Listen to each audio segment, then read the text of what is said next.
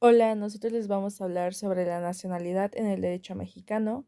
El equipo está integrado por Sandra Lucías García, Abigail de Rosales, Marina Sánchez Torres y María Isabel Vivaño Bernal. Y bueno, empezamos. Ahora veremos el concepto de nación.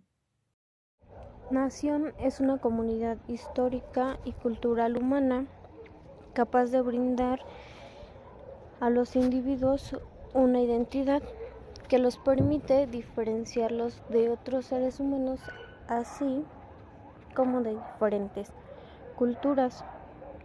Habitualmente cuenta con un territorio considerado propio. La nación surge a mediados del siglo XVIII. De ello van a derivar ciertos elementos considerados más importantes para una nación, como son el territorio. Este primeramente va a ser considerado el hogar de todos y cada uno de los humanos que habitamos en él, donde se sostiene un modelo de vida acoplado a cada habitante del mismo. El segundo elemento más importante es la lengua oficial, que es un código de identificación escrito y oral de cada integrante de la misma población. Uno de los elementos más importantes también es el gobierno. Este es el tercer elemento, el cual va a hacer funcionar el Estado imponiendo un código jurídico, además de servir para ejercer en el nombre del pueblo.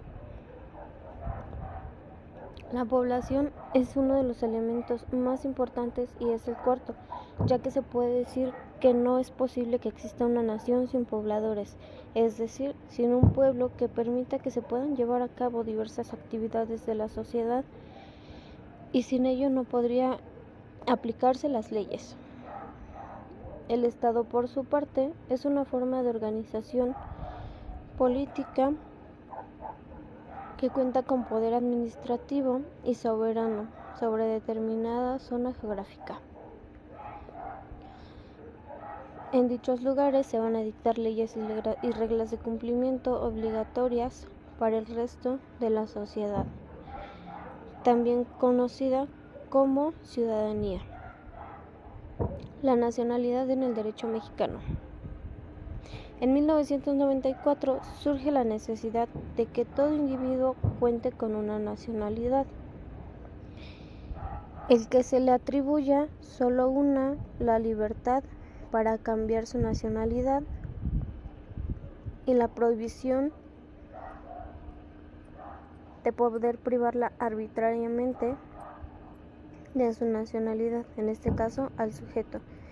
Estos datos los podemos encontrar plasmados en la conferencia del Instituto de Derecho Internacional en Cambridge en 1895.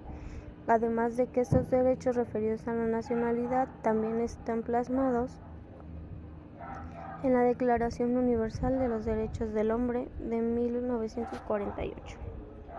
Ahora bien, al referirnos a la nacionalidad, nos va a decir que es la denominación jurídica del lugar donde nació un individuo, o en su concepto etimológico nos dice que proviene de la palabra nacional y esta de latinatio onis, que refiere a nación, razón o ser y territorio y habitantes de un país, de tal forma que entonces la nacionalidad es un atributo jurídico que señala al individuo como miembro del pueblo constitutivo de un estado, de tal forma que se le considera un vínculo natural que por efecto de nacer en un territorio o en la vida común y de intereses sociales idénticos hacen al individuo miembro del grupo que forma una nación.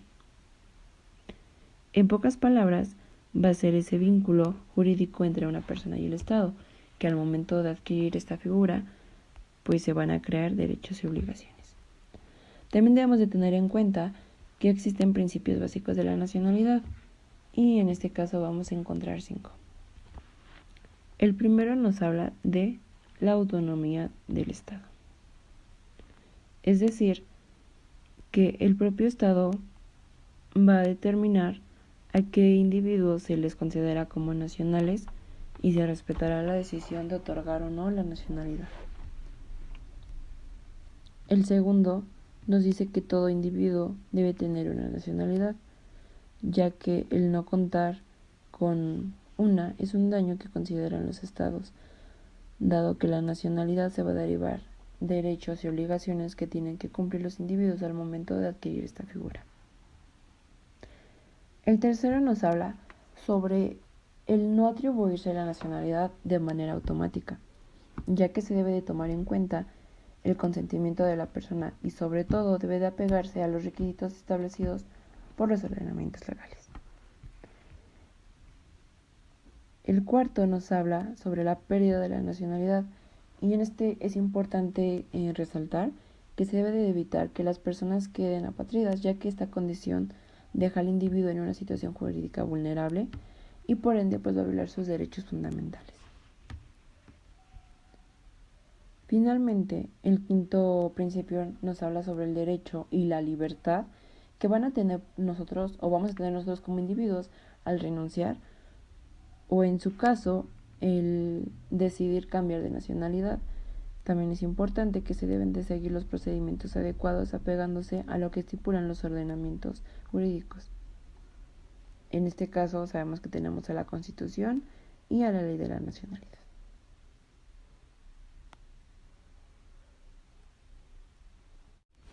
Ahora bien, hablaremos sobre las teorías de la nacionalidad.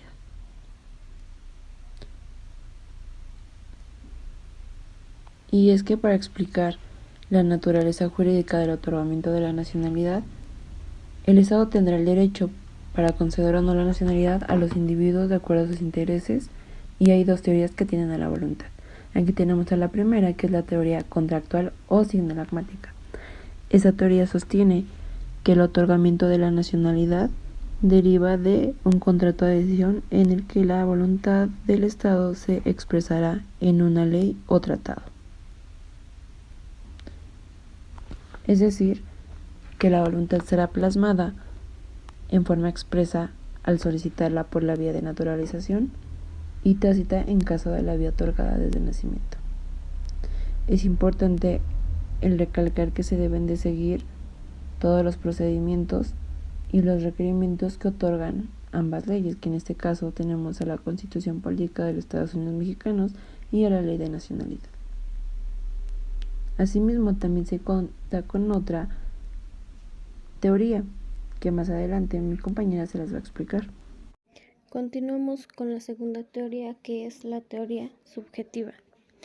Esta nos dice que el Estado señala que el otorgamiento de la nacionalidad es una facultad discrecional que ejerce el Estado de acuerdo a sus intereses, tomando en cuenta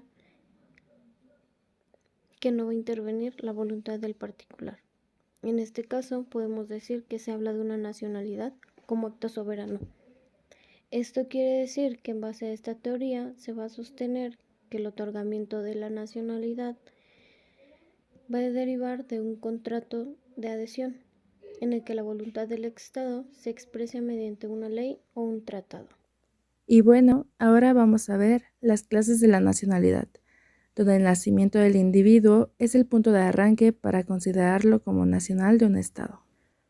La primera de ellas es la nacionalidad por nacimiento, o también llamada originaria.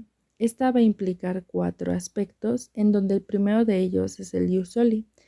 Este simplemente es un criterio jurídico para determinar la nacionalidad de una persona física por su nacimiento. Simplemente la identidad nacional se determinará por el lugar en el que se produzca pues el nacimiento de dicha persona, independientemente de donde hayan sido o hayan nacido sus progenitores. Aquí, como es un bebé, pues le impide manifestar la voluntad que lo ligue a un estado, así que el país interesado o en donde nazca señala una nacionalidad que, por ser la primera, suele conocerse como nacionalidad originaria. En el primer apartado del artículo 30 de la Constitución Política de los Estados Unidos Mexicanos, establece que los nacidos en el territorio de la República recibirán la nacionalidad mexicana automáticamente. La nacionalidad mexicana se adquiere por nacimiento o por naturalización, y son mexicanos por nacimiento los que nazcan en el territorio de la República, sea cual sea su nacionalidad de sus padres. Aquí todo hombre nacido en un territorio será ciudadano del lugar de donde nazca. y ningún mexicano por nacimiento podrá ser privado de su nacionalidad, a menos que éste renuncie a ella.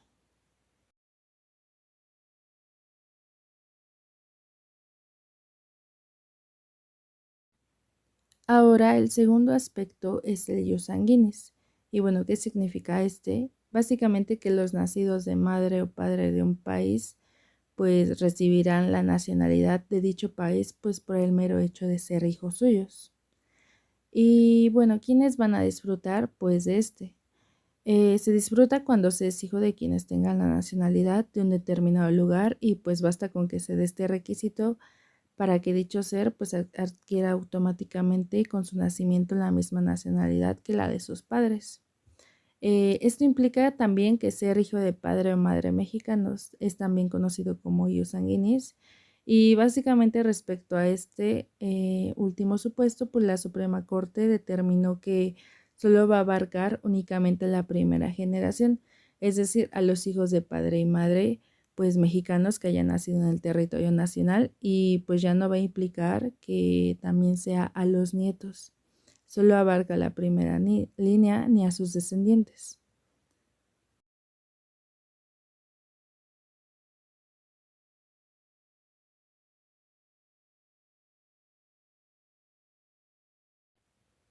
Entonces, ahora sí, con esto vamos a ver la diferencia del ius sanguinis con el ius soli, que simplemente va a implicar que el ius sanguinis pues implica la identidad nacional, que es algo como que el heredado de los padres y sería como una identidad colectiva. Y el ius soli, por el contrario, pues corresponde al derecho del suelo, que lo que implica es la identidad que viene determinada por el preciso lugar en el que se encuentran los progenitores en el momento de tu nacimiento.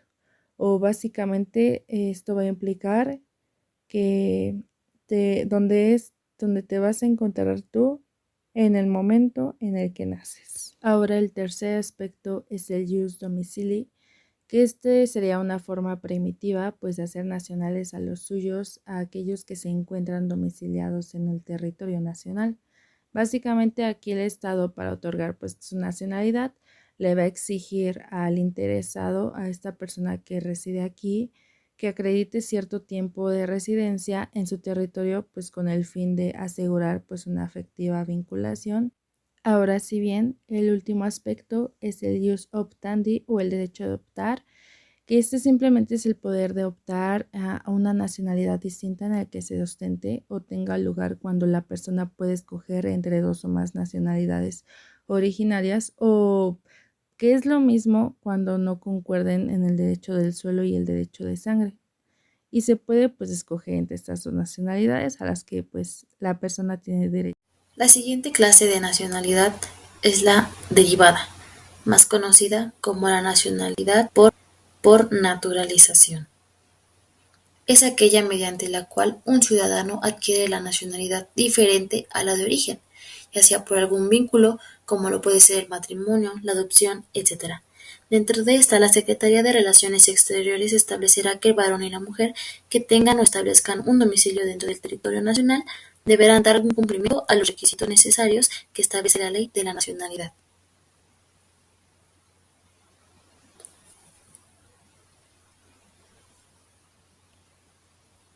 ¿Cómo se clasifica la nacionalidad por naturalización o la nacionalidad derivada? 1. Por naturalización originaria. Y esta se clasifica en 3 etapas. La primera etapa es la etapa de solicitud. En esta se llevará a cabo bajo la Secretaría de Relaciones Exteriores, basándose en los documentos siguientes, que es el nombre completo, el estado civil, el lugar de residencia, profesión, oficio u ocupación de la persona que desea la naturalización o la nacionalidad, el lugar y fecha de nacimiento, nombre y nacionalidad, y los mismos requisitos por si existiere o se tuviesen hijos dentro del matrimonio, y los mismos requisitos para el cónyuge, esposo o esposa dentro del matrimonio. La segunda etapa es la etapa de prueba. En esta etapa se llevará a cabo un examen de conocimiento, básicamente en donde se llevan a cabo preguntas de cultura y historia del territorio nacional. La tercera etapa es la etapa de decisión. En esta se tomará la mejor decisión considerándose bajo el contexto del examen de conocimiento y sus objetivos de la nacionalización derivada. La segunda naturalización derivada es la privilegiada, y en esta se obtiene un procedimiento especial bajo hijos dentro del matrimonio. Y bueno, ahora vamos a ver el caso hipotético que este va a hablar sobre el matrimonio y cómo se puede naturalizar una persona para que sea parte del territorio mexicano. Ahora, si bien Luis y Gaby son pareja desde hace mucho tiempo, pero Gaby viene del extranjero de nacionalidad estadounidense. Más sin en cambio, ellos están casados y viven en el territorio mexicano, así que simplemente están buscando los requisitos para que ella se pueda nacionalizar a mexicana. En los requerimientos que ella veía era que no tenía que salir del país y tener una estancia de máximo 2 años. Así que ya podía cumplir este requisito para poder tramitar su naturalización. Por ello, tampoco debía de viajar o salir del país, así que también había cumplido con este requisito. Así que Gaby y Luis pues deben de vivir juntos y se les debe de comprobar que están haciendo ello y deben de tener una estancia después de la carta de 6 meses. Eso es todo, muchas gracias.